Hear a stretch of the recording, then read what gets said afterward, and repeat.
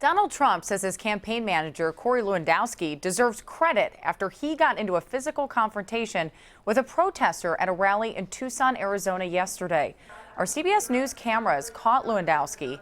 He's the one with short hair wearing a blue blazer there in the center of that circle, putting his hand on a protester's collar.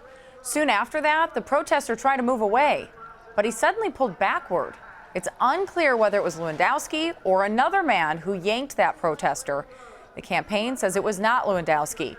Trump put out this tweet Sunday morning saying, "Why is it that the horrendous protesters who scream, curse, punch, shut down roads, doors during my rallies are never blamed by media? Sad." Susan Page is Washington bureau chief for USA Today. She's in our Washington newsroom now. And Susan, I want to talk to you a little bit about some of the violence and some of the rhetoric around these Trump rallies. Trump threatened riots this week if he was blocked at a contested convention and said that he actually gives Corey Lewandowski credit for engaging with protesters yesterday. It seems like he's not doing much to decrease the violence here. Any reason to expect these rallies to suddenly calm down?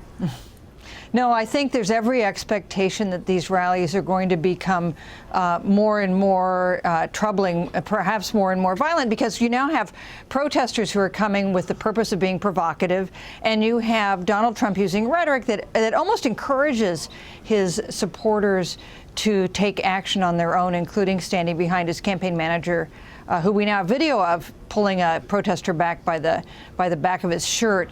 I think this is troubling because, you know, we want to have a vigorous debate. Vigorous debate is what American politics is all about.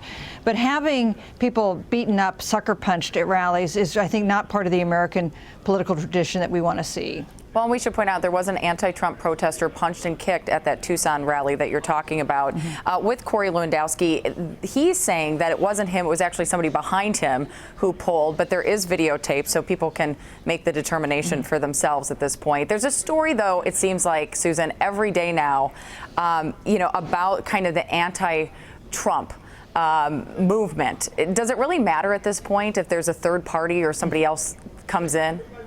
Yeah, I think it does matter. I think you know, the people who have come out and supported Donald Trump in these primaries have given him a big lead in the delegate count. I think they expect to go to this convention in Cleveland and come out with Donald Trump as a Republican nominee. So this Stop Trump movement, I think, a very you know, is going to raise very strong feelings with those supporters. We continue to hear about the Stop Trump movement aimed at denying him the nomination, and on a parallel track, the idea of Republicans fielding some kind of third-party candidate if Trump is the nominee. So this is a party in some crisis. This is a party on the verge of a full-fledged civil war.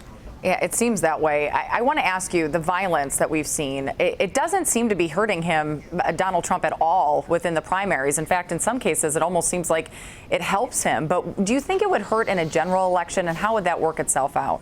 You know, I think you're right. I think the supporters of Donald Trump do think he's in the right in this, that the protesters are wrong, that they shouldn't be disrupting his rally, so it's not hurting him.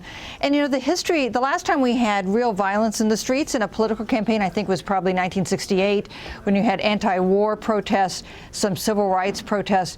And, you know, you saw that kind of reinforced the views of the people on the two sides, so that people who were supporting the war, supporting the Republicans in '68, found that violence as something that made their support more solid. But you get to a general election and you have to think that there will be people in the middle who are not to the extreme left or the extreme right who are distressed by what they'll see on their TV screens. You know, something we heard, though, even on Face the Nation this morning when you were on, was that people are disappointed in both Donald Trump and the possibility of Hillary Clinton running against each other. So you may have some of these middle people, but do you think, you know, how would that play out, do you think, with some of the fringe people out there? So this will be, say it's a Trump-Clinton race, which is the most, not a guarantee yet, but the most likely scenario. You'll have two candidates who are enormously polarizing in the American electorate. You had a focus group on Face the Nation of people who didn't like either one of them. And so that'll be a different kind of campaign. That will be, I think, probably not the most positive campaign we've seen in American politics. It's likely to be a really rough and tumble, a lot of negative ads. Here's the theory of some people in politics, that Donald Trump will gin up turnout among Democrats who don't really like Hillary Clinton but find him unacceptable. The question is, can he gin up turnout also among Republicans, or does his candidacy prompt a lot of Republicans to just stay home?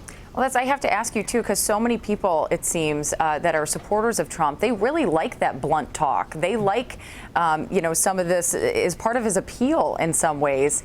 I don't think those people are going anywhere. I think you're right. And there are people who say too much political correctness. Here's a guy who says what everybody is thinking but is afraid to say. He's actually he's drawn to the Republican Party some voters, especially mostly white voters, many of them male, a lot of them working class who feel like they haven't had a voice. Those are people who are not going to be turned off by harsh rhetoric. They're the people who are drawn by the idea that this is a guy who tells it like it is. Susan Page, thank you so much for being with us. We appreciate it. Hey, thank you.